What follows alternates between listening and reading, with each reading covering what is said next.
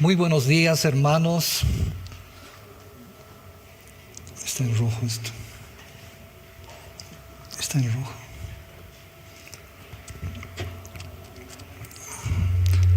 Muy buenos días.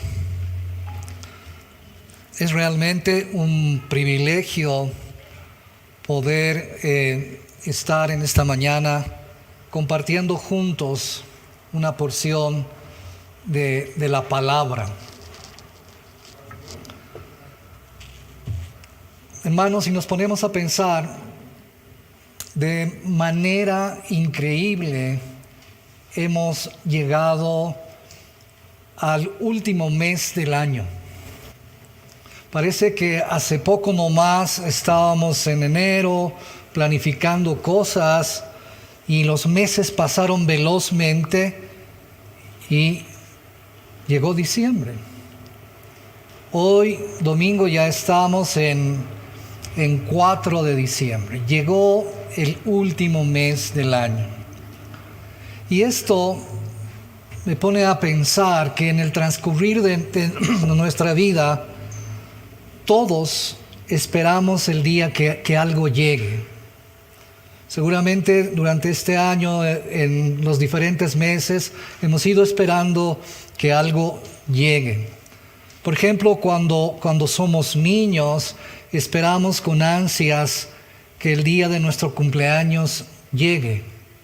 Cuando estamos en el colegio, de pronto esperamos que el día de vacaciones llegue o que terminemos el colegio. Cuando estamos en la universidad, de lo propio, esperamos terminar la universidad.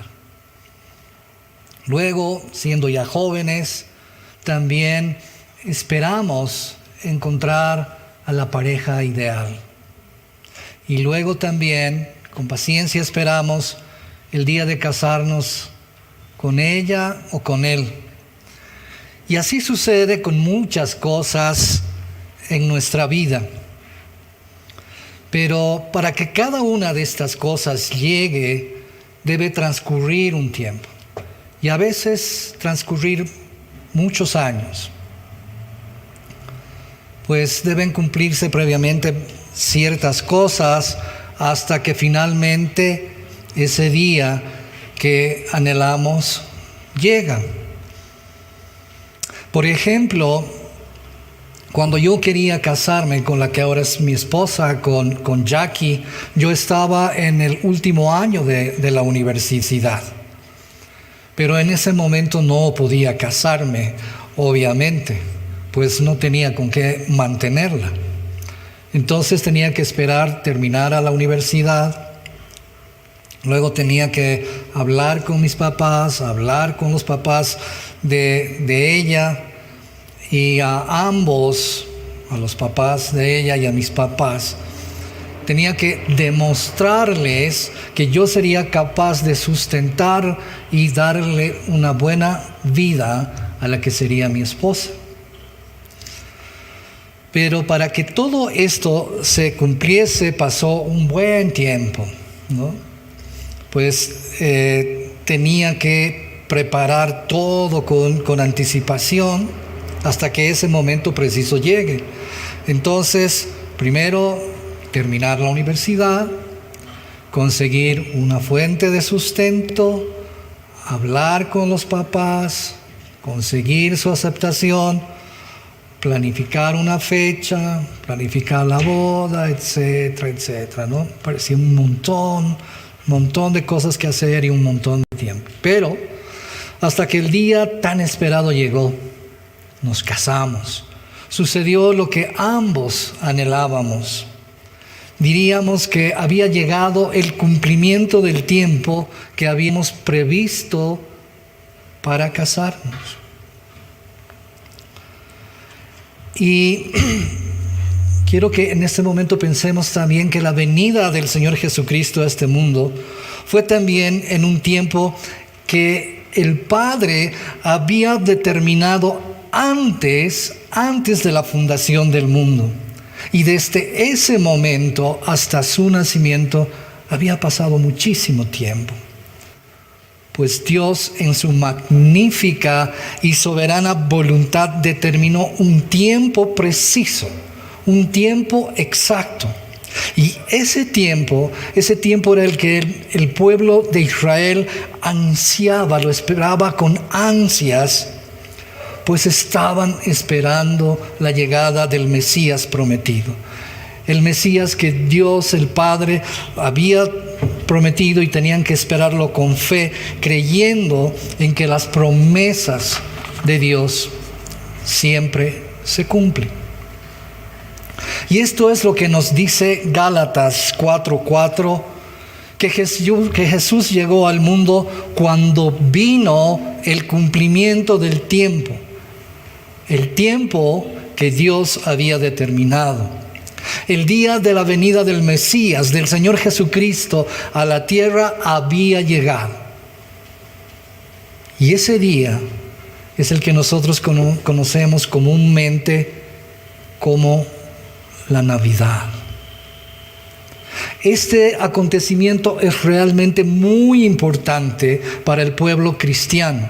En realidad para toda la humanidad, si se lo entiende y conoce en su real dimensión. Es por ello que a partir de este domingo vamos a iniciar una serie de estudios preparándonos para la Navidad, preparando nuestro corazón para celebrar el acontecimiento más importante del año, el nacimiento de nuestro Señor Jesucristo, de nuestro Salvador. Pues Él vino en el tiempo perfecto, con un propósito perfecto y para mostrar su amor perfecto, conforme Dios lo había planeado. Por eso he titulado mi prédica de hoy, Emmanuel, Dios con nosotros, en el tiempo, el propósito y el amor perfectos. Y para ello quiero invitarles a abrir sus Biblias en la epístola de Pablo a los Gálatas, en el capítulo 4, y vamos a dar lectura de los versos del 4 al 6. La palabra del Señor dice así: Pero cuando vino el cumplimiento del tiempo, Dios envió a su Hijo, nacido de mujer y nacido bajo la ley, para que redimiese a los que estaban bajo la ley, a fin de que recibiésemos la adopción de hijos. Y por cuanto sois hijos, Dios envió a vuestros corazones el Espíritu de su Hijo, el cual clama, Abba, Padre. Vamos a orar. Dios, Señor Todopoderoso, hemos dado lectura a tu palabra y rogamos, Señor, que con tu Espíritu Santo tú nos guíes y seas ministrando nuestras mentes, nuestros corazones, Señor, para que realmente juntos podamos ver lo que tú quieres decirnos en tu palabra. No lo que yo piense, Señor, sino lo que tú en este tiempo de estudio me has guiado, Señor, a decir.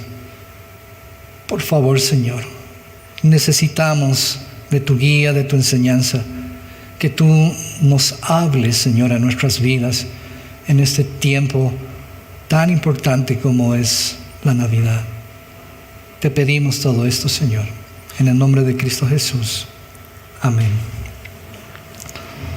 Para poder desarrollar este pequeño estudio, vamos a respondernos a esta pregunta: ¿por qué tiempo, propósito y amor perfectos? Y vamos a ver 3 puntos. El primero, tiempo perfecto para el nacimiento del Rey y Salvador. Propósito perfecto, salvar al pecador. Y amor perfecto, hacernos hijos de Dios. Vamos a ver el primer punto, el tiempo perfecto para el nacimiento del Rey y Salvador. Y la primera parte del versículo 4 dice: pero cuando vino el cumplimiento del tiempo. Entonces, este versículo, esta primera parte nos dice que Dios envió a su Hijo cuando hubo llegado el cumplimiento del tiempo, cuando el tiempo había llegado. Otras traducciones dicen cuando vino la plenitud del tiempo o cuando había llegado el tiempo establecido. Ahora, todo esto nos muestra que el Señor Jesucristo vino a este mundo en el tiempo perfecto, el tiempo exacto. Ni un momento antes, ni un momento después. Vino en la plenitud del tiempo. Esto quiere decir que no faltaba absolutamente nada más para que el tiempo haya llegado. Y esto nos muestra que Dios estaba en total control de todos los eventos de la historia humana antes de enviar a su Hijo al mundo. Dios había decretado y fijado el momento cuando llegaría la plenitud del tiempo. Gracias. Entonces surge la pregunta: ¿por qué ese momento era el tiempo perfecto? Ahora, se puede especular mucho al respecto, pero lo cierto es que en los designios soberanos e inescrutables de Dios, había llegado el momento de enviar a su Hijo para sufrir muerte de cruz por nuestros pecados y a partir de allí propagar el Evangelio de Jesucristo, primero a través de sus discípulos y después a los creyentes que vendrían posteriormente. Nosotros, la iglesia. Yo mismo me he preguntado cuando estudiaba para compartir esta prédica, ¿por qué ese momento era el tiempo perfecto? Y he tratado de dar respuesta, obviamente, desde un punto de vista más humano, razonando en mi mente. Y desde ese punto de vista, podría decirse que Jesús vino en un tiempo cuando el imperio romano se extendía por una gran parte de la tierra civilizada. Y por tanto, los viajes, el comercio dentro del imperio romano eran muy fáciles, mucho más que antes.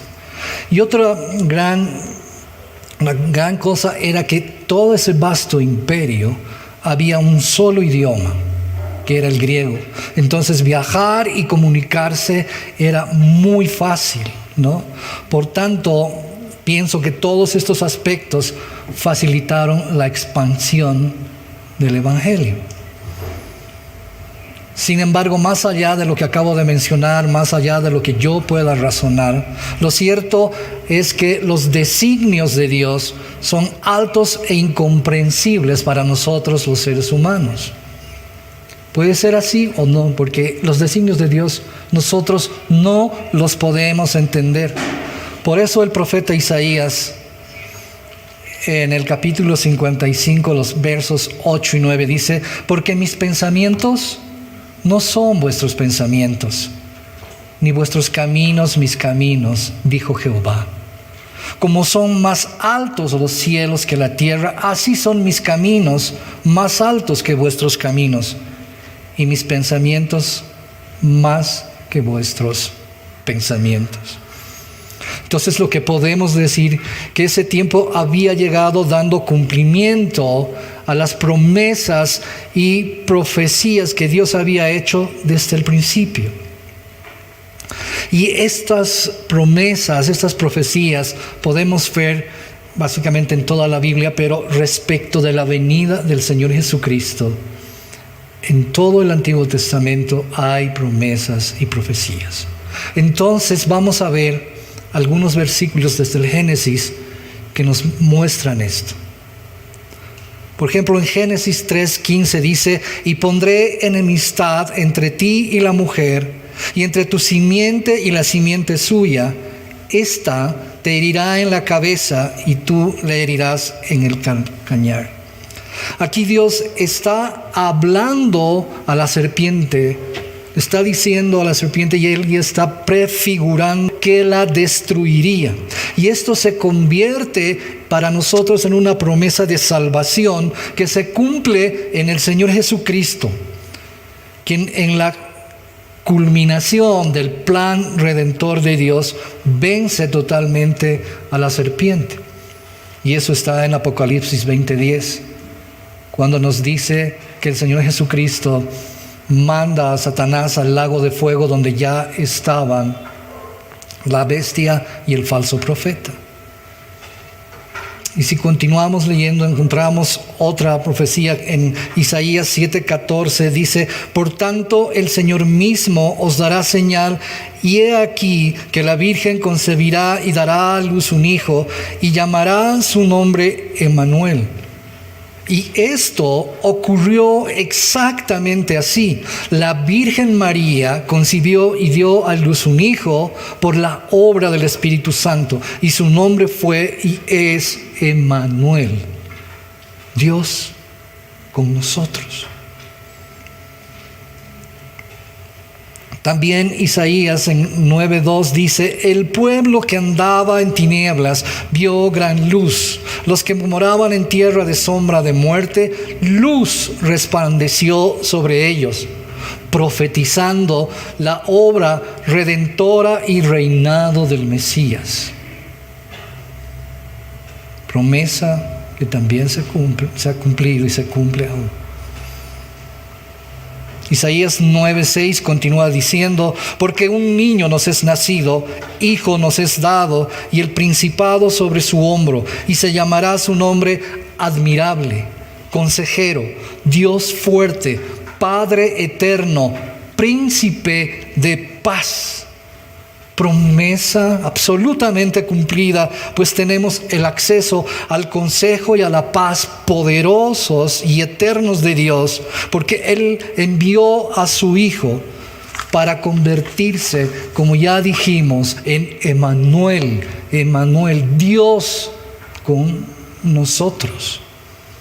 Estas y muchas profecías más dan testimonio del cumplimiento de lo establecido por Dios desde antes de la fundación del mundo, y el tiempo para el cumplimiento de las mismas había llegado. Y también en ese tiempo perfecto nos dice la palabra, en este mismo versículo continúa diciendo que Dios envió a su Hijo nacido de mujer y nacido bajo la ley. Envió a su Hijo nacido de mujer y nacido bajo la ley.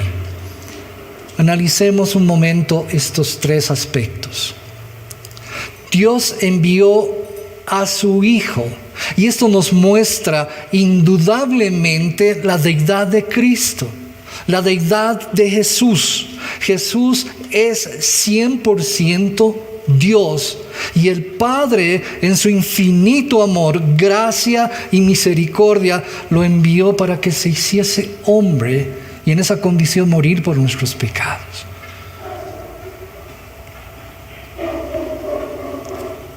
También dice en el segundo aspecto, nacido de mujer, nos está enseñando la humanidad de Cristo, la humanidad de Jesús. Jesús es también 100% hombre, quien siendo Dios tuvo que humillarse a la condición de hombre, rebajarse a lo último para ser como uno de nosotros. Ahora, ese significado de que Jesús es un ser humano es enorme realmente. Si no hubiera sido hombre, no hubiera podido sufrir y morir por nuestros pecados, por nosotros, por los hombres. Es más, que Él fue hombre, nos da paz y seguridad, que Él entiende, comprende totalmente todas las tentaciones, todas las pruebas por las que nosotros pasamos como hombres, porque Él fue hombre. Y este tercer aspecto, nacido bajo la ley, nos enseña la sujeción de Jesucristo a la ley. Y Él mismo nos dice en Mateo 5:17, mas no penséis que he venido para abrogar la ley o los profetas. No he venido para abrogar, sino para cumplir. Y Él cumplió la ley desde su nacimiento. A los 8 días fue circuncidado, y siendo ya un hombre, Él cumplió totalmente la ley. Solamente Jesús fue el ser humano perfecto para cumplir la ley. Entonces, lo que acabamos de ver es que Jesucristo vino a este mundo en el tiempo perfecto, vino siendo Dios y se humilló a ser hombre para cumplir la ley y así demostrar que era perfecto y sin mancha alguna. Había llegado a este mundo Emmanuel, Dios con nosotros. Pasemos al segundo aspecto. ¿Por qué tiempo, propósito y amor perfectos? Y el segundo punto dice, propósito perfecto era salvar al pecador. La primera parte del versículo 5 dice, para que redimiese a los que estaban bajo la ley. Entonces, si decimos que Dios envió a su Hijo al mundo, pero ¿para qué lo envió? Y lo que acabamos de leer nos dice, para que redimiese a los que estaban bajo la ley, para redimir a los que estaban bajo la esclavitud del pecado. Y aquí es bueno que recordemos que Dios en el principio creó al hombre a su imagen y semejanza. Lo hizo sin pecado, lo hizo para Él, le pertenecía. Pero el hombre, al pecar, desobedeciendo el mandato de Dios, su creador, cayó en la esclavitud del pecado, en la esclavitud de Satanás. Y lamentablemente, este pecado fue heredado a la humanidad y nosotros nacimos en pecado. El Salmo 51:5 dice, he aquí, en maldad he sido formado y en pecado me concibió mi madre. Lamentablemente heredamos la naturaleza pecaminosa y esa naturaleza hace que pensemos, hablemos y actuemos en contra de lo establecido por Dios. Y cuando así lo hacemos, esto nos separa totalmente de Dios. Por eso Romanos 3:23 dice, por cuanto todos pecaron, están destituidos de la gloria de Dios. Y no solo esto.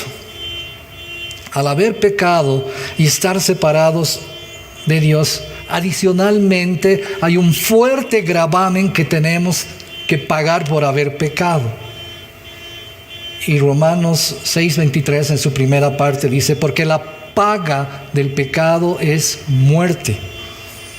Esto se refiere a la muerte eterna, estar eternamente separados de Dios. Este gravamen de estar eternamente separados de Dios significa estar eternamente en el infierno junto a Satanás. ¡Qué cosa más terrible!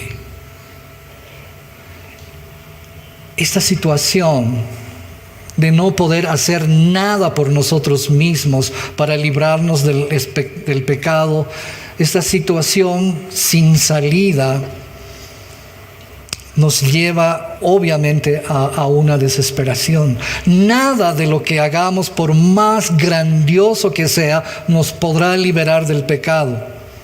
Y como digo, nos lleva a una situación de desesperación, de dolor, de angustia constante. Cuando hablaba con un amigo respecto a este tema, en esa angustia que él sentía, decía, me siento como si hubiera puesto una bomba en un kinder. Estaba totalmente desesperado. Sin embargo, Dios mismo proveyó una salida de lo que para el hombre parecía imposible. Y la palabra en Efesios 5:17 nos dice, refiriéndose al Señor Jesucristo, en quien tenemos redención por su sangre, el perdón de pecados según las riquezas de su gracia. ¡Qué gran alivio! Tenemos redención de nuestros pecados por la sangre derramada por el Señor Jesucristo. Y eso lo hizo solamente por amor, por su gracia de manera gratuita. Y también la palabra añade respecto a lo que decíamos, porque la paga del pecado es muerte. Pero la segunda parte dice, más la dádiva, más el regalo de Dios es vida eterna en Cristo Jesús. Ya no muerte eterna, sino vida eterna en Cristo Jesús. Y más aún, para mostrarnos con total claridad y con total evidencia el grande amor de Dios. La palabra en Romanos 5:8 nos dice, mas Dios muestra su amor por nosotros en que siendo aún pecadores, Cristo murió por nosotros. Eso es exactamente lo que Dios en su infinito amor había planeado para cada uno de nosotros, librarnos de la esclavitud del pecado. Pues como dijimos, nosotros absolutamente podíamos hacer nada para librarnos de ese pecado por nosotros mismos. Era imposible. Y el Señor Jesucristo pagó nuestro rescate. Nos liberó de la esclavitud del pecado, pagando con su propia vida, derramando toda su sangre en la cruz. Entonces, como resumiendo este punto, podemos decir que la muerte del Señor Jesucristo fue debido que su muerte fue por nosotros en sustitución del pecado, por el pecado. Satisfizo la justicia de Dios y agotó toda su ira hacia sus elegidos, de tal forma que el Señor Jesucristo se convirtió literalmente en el comprador de los creyentes para liberarlos del pecado y de la sentencia de muerte. Porque Jesús es Dios, Él tiene el poder y los recursos para redimirnos. Porque Jesús es hombre, Él tiene el derecho y la posibilidad de redimirnos. Este es Emmanuel. Este es Dios con nosotros. La gloria sea solo para Él. ¿Por qué tiempo, propósito y amor perfectos? Vamos a ver el punto 3, amor perfecto al hacernos hijos de Dios. Y vamos a leer desde la segunda parte del versículo 5. A fin de que recibiésemos la adopción de hijos, y por cuanto sois hijos, Dios envió a vuestros corazones el Espíritu de su Hijo, el cual clama, Abba, Padre. Los dos puntos anteriores ya nos muestran el gran amor de Dios, el perfecto amor de Dios. Ese perfecto amor que no solamente proveyó a Cristo para pagar por la pena de nuestros pecados, sino también, como la segunda parte del versículo 5 nos dice, sino que también para que recibiéramos la adopción de hijos suyos. ¿Saben? Su amor habría sido suficiente, su amor habría sobreabundado solo con habernos liberado del pecado y de la muerte.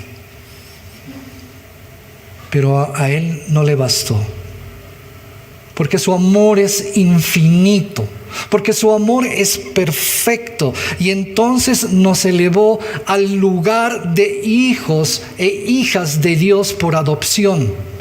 Entendamos bien, fue más grande su amor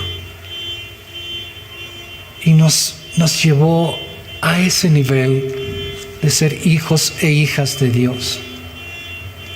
Ahora, cuando Pablo hace referencia a que recibiésemos la adopción de hijos, probablemente tenía en mente la costumbre romana de adopción, donde los hijos adoptados reciben absolutamente todos los privilegios dentro de la familia y el mismo estatus como herederos. No eran diferentes a los otros hijos que eran del papá y la mamá. Entonces nos pone a ese mismo nivel.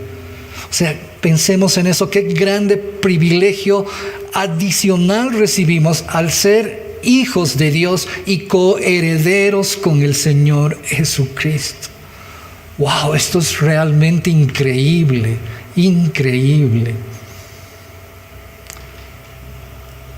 Como les dije, hubiera bastado con que nos redima, nos salve del pecado y la muerte eterna.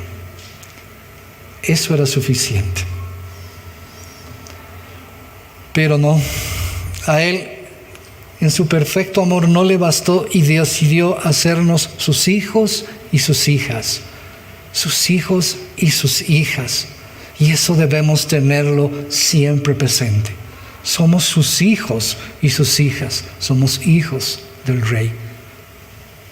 Por absolutamente su amor perfecto. Su gracia infinita.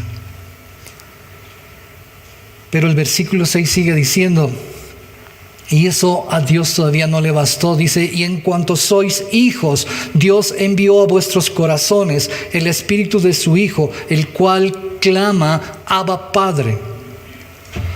Ahora, al leer esto, démonos cuenta, ¿por qué el amor de Dios es infinito y perfecto? No solamente nos ha puesto Dios en la posición inmerecida de sus hijos, sino que además de eso nos ha enviado el Espíritu de su Hijo, nos ha enviado el Espíritu de su Hijo a nuestros corazones. Ahora, estudiando, vemos que este es el único pasaje en el cual el Espíritu de su Hijo es usado en toda la Biblia. Hay dos pasajes similares más. Uno que está en Romanos 8:15, donde nos dice que hemos recibido un espíritu de adopción como hijos. Pero Gálatas 4:6 es contundente cuando nos dice, Dios ha enviado el Espíritu de su... No solamente Dios nos ve como hijos, sino que ha puesto el Espíritu de su Hijo en nuestros corazones para que tengamos una relación íntima con Dios.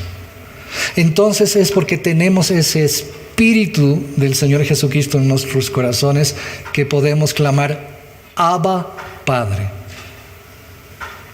¿Qué significa esta palabra Abba? Algunos autores dicen que la palabra Abba quiere decir papá, pero en un sentido de comunión íntima de un hijo pequeño con su padre. Papá. Recordemos cómo nos referíamos a nuestro papá cuando hablábamos con él llenos de amor, de cariño, decirle, papá, necesito esto. Papá, me pasa esto. En una relación íntima. Y esa es la relación que ese Espíritu del Señor Jesucristo dentro de nuestros corazones nos permite relacionarnos con Dios el Padre, papá. De modo que Abba demuestra intimidad entre el Hijo adoptivo que somos nosotros y su Padre, que es Dios. Ahora, es interesante ver también que la palabra Abba es usada solamente 3 veces aquí en el Nuevo Testamento.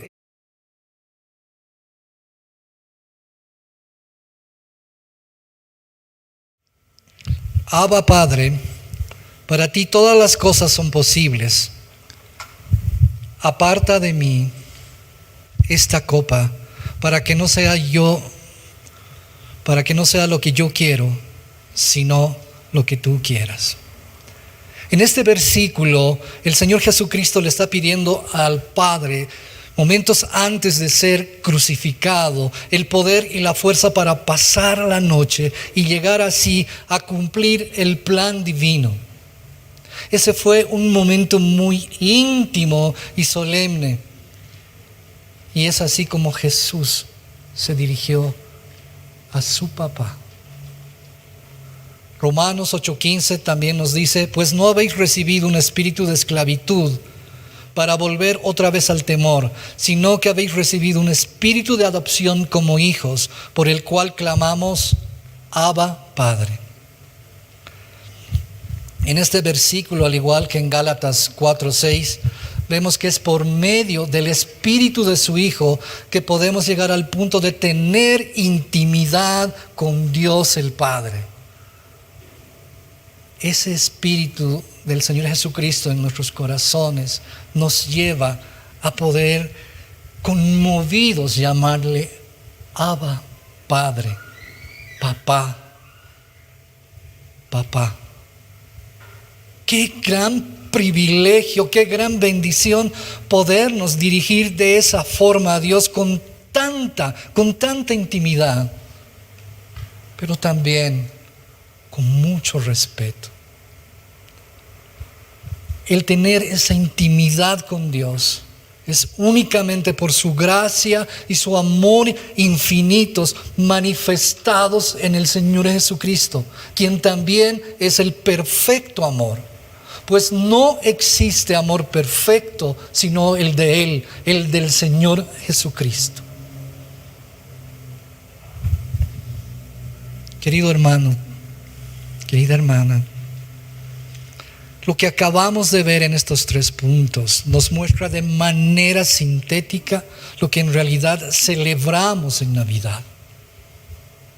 No es el afán de los regalos, ni siquiera es este tiempo de paz, armonía, reconciliación, como el mundo dice.